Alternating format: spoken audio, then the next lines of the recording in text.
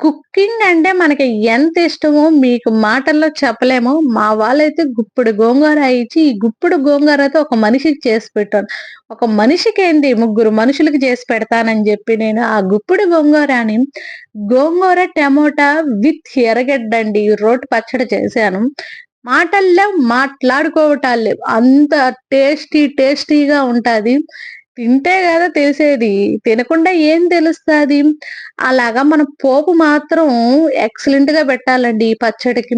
అంత ఆయిల్ పోసుకొని, జీలకర్ర, ఆవాలు, పచ్చెనపప్పు, తెల్లగడ్డలు ఇవన్నీ వేసి పోపుని లాస్ట్‌లో తెల్లగడ్డలు, ఇంకొంచెము మీ కాడ ఎర్రగడ్డ ఎక్కువ ఇష్టమైతే ఎర్రగడ్డ, కొంచెం ఇంగు వేసి పోపులో ఏసి వైట్ రైస్ పెట్టుకొని, పచ్చడి పెట్టుకొని, ముగ్గురు మనుషులకు మనం చెప్పినట్టే చేసి పెట్టాం. తింటూ ఉంటే నా సామి రంగా ఎంత టేస్ట్ ఉందంటే మాటల్లో మాట్లాడుకోవటాలు లేవు.